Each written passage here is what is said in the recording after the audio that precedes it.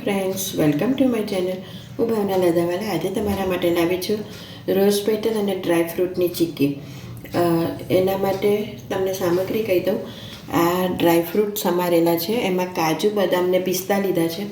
પહેલાં એને શેકી કાઢે અને પછી એને આવી રીતના સમારવાના છે. એકદમ એ નહીં, થોડાક આવા રાખવાના છે.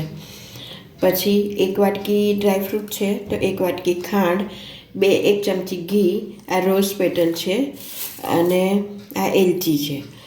એલચીને એકદમ ક્રશ નથી કરવાની, અધકચરી રાખવાની છે. તો હવે આપણે રીત ચાલુ કરીએ.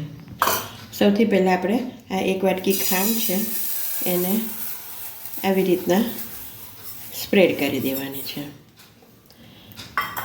અને પછી એમાં 1 ચમચી ઘી નાખવાનું છે. ઘી નાખશું એટલે શાઇન સરસ આવશે.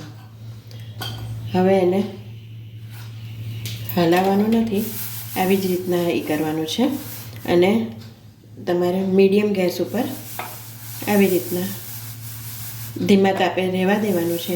એની મેળે મેલ્ટ થશે. એ મેલ્ટ થાય પછી હું તમને બતાડું. આ ખાંડ સરસ કેરેમલાઇઝ થઈ ગઈ છે અને ઓગળી ગઈ છે. આ ખાંડ ઓગળી જાય એટલે ગેસ બંધ કરી દેવાનો છે અને એમાં સૌથી પહેલાં આ એલચી નાખી દેવાની છે અને એમાં આ ડ્રાય ફ્રૂટ જે છે એ નાખી દેવાનું છે. બસ જો આ ડ્રાય ફ્રૂટ નાખી દીધું.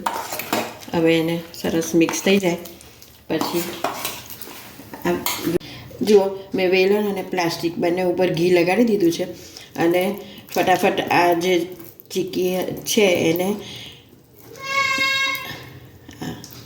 આમાં ટ્રાન્સફર કરવાની છે અને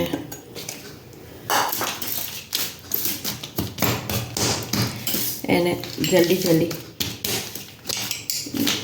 ગરમમાં જ વણી કાઢવાની છે.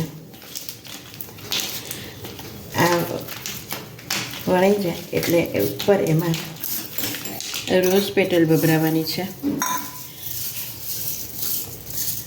અને પછી એને ફરી વણી કાઢવાનું છે.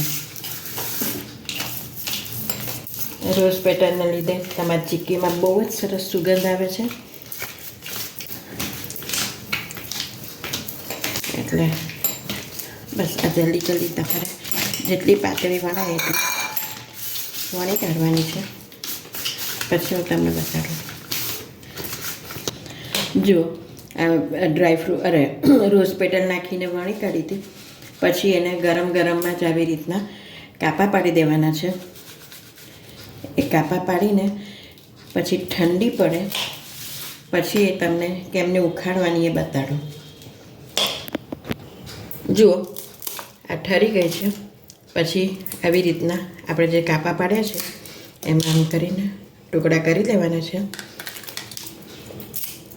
અને પછી એને